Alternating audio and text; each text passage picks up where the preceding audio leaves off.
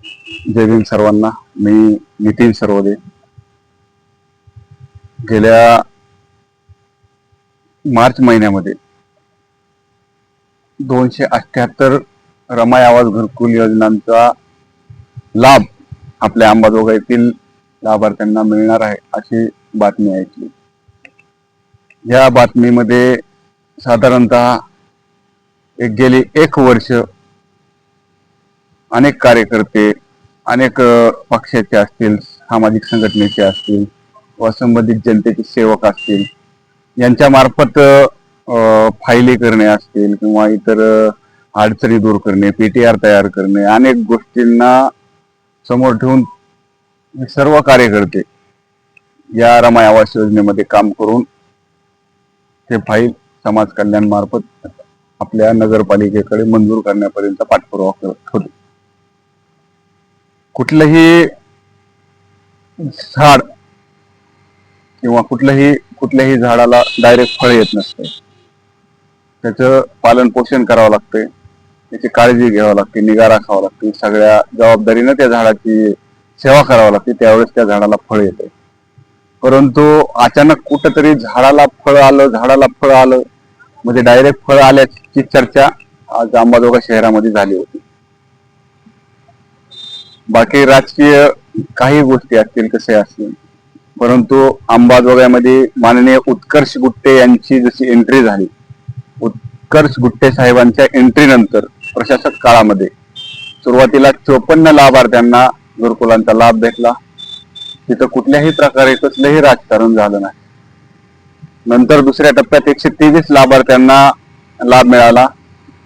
तिथंही कुठल्याही प्रकारे कुणीही कसलेही राजकारण केलेलं नाही. राहिला विषय या रमाई आवास योजना घरकुल योजनेच्या प्रत्येक नियमामध्ये जसं प्रशासक काळ संपला तसं बऱ्याच जाचक अटी आणि नियमावली तयार झाल्या.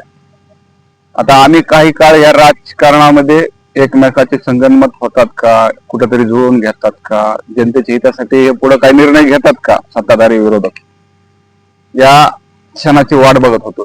परंतु एकदम टोकाच्या भिडलेल्या या राजकारणामध्ये आपल्या रमाई आवास योजनेला देखील जाचकाटींना सामोरे जावं लागत आहे.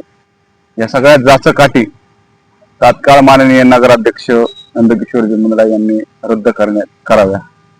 त्याचप्रमाणे रमाई आवास घरकुल योजनेचे 27 मार्चला जी यादी मंजूर झालेली आहे, ती यादी आपल्या नगरपालिकेपर्यंत यायला आपल्याकडून कुठलेही प्रयत्न झाले नाहीत. नगरपालिकेच्या लोकांनी, प्रशासकीय अधिकाऱ्यांनी भरपूर प्रयत्न केले, पण यादी त्यांच्यापर्यंत पोहोचत नव्हती.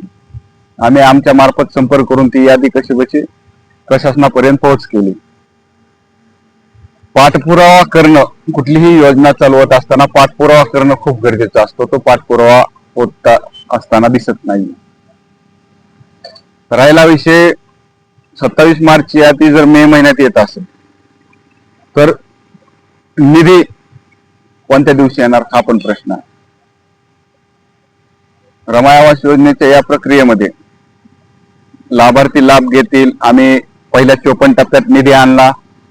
दुसऱ्या 123 चा जो दुसरा टप्पा होता त्याचाही निधी मी स्वतः माझ्या पत्राद्वारे, आजही माझ्याकडे ते पुरावे, त्या पत्राद्वारे तो निधी समाज कल्याण मार्फत नगर विकास विभागाकडे आणला. नगर विकास विभागाकडून नगरपालिकेच्या खात्यातून लाभार्थ्यांच्या प्रत्येकाच्या खात्यात तो निधी कसा वर्ग होईल इथपर्यंत काम केलं होतं. परंतु आता काही राजकीय गोष्टीमुळे आम्ही याच्यातला इंटरफेअर थोडासा कमी केलेला आहे. कारण आपली ही रमाई आवास योजना मोठ्या कालांतरानं कुठंतरी सुरू झाली आणि ती योजना कुठं बदनाम झाली नाही पाहिजे. त्या ती योजना कायम पुढे चालत राहिली पाहिजे, हा आमचा हेतू आहे. बरेच लोक आपल्या राजकीय सूडबुद्धीसाठी या योजनेचा गैरवापर करण्याच्या प्रयत्नात आहे. माझी त्यांनाही विनंती आहे, कृपया आपण यामध्ये लुडबुड न करता ही योजना कालांतराने सतत पुढे कसं चालेल यासाठी प्रयत्नशील राहावे. त्याचप्रमाणे रमाई आवास योजनेसाठी आताच्या म्हणजे 278 मंजुरीनंतर नवीन मंजुरीसाठी पीटीआर नोंदणी करणाऱ्यांची संख्या खूप मोठ्या प्रमाणात झाली होती, परंतु पीटीआरची नोंदणी त्या प्रमाणे होत नाही. गेली आता निवडणूक आपली नगरपालिकेची निवडणूक झाली, त्यानंतर जनगणनेचा पिरियड आला, त्याच्या आधी अजून शासनाने कुठला तरी कार्यक्रम दिला होता. नगर परिषद प्रशासनाला मार्च एंडिंगचे शासनाचे कृती कार्यक्रम आणि निवडणुकीचे कार्यक्रम यामध्ये प्रशासकीय कर्मचारी अडकून बसलेला होता, हे आम्ही मान्य करू. परंतु आता तो मोकळा आहे. प्रशासकीय कर्मचाऱ्यांनी या रमाई आवास योजनेसाठी जेवढ्या काही सूट देता येतील, जेवढं काही या लाभार्थ्यांना सहकार्य करता येईल तेवढं सहकार्य करावे. त्याचप्रमाणे रमाई आवास योजनेच्या लाभार्थ्यांनी आपल्या जातीचं प्रमाणपत्र असेल, उत्पन्नाचं प्रमाणपत्र असेल, पीटीआर असेल, तसेच त्यासाठी लागणारे जेवढे कागदपत्रांची पूर्तता आहे ती पूर्तता करून जास्तीत जास्त संख्येने येणाऱ्या वर्षामध्ये, आता इथून पुढे वर्षात 3 वेळा आपली मंजुरी आणि आपल्याला निधी मिळणार आहे.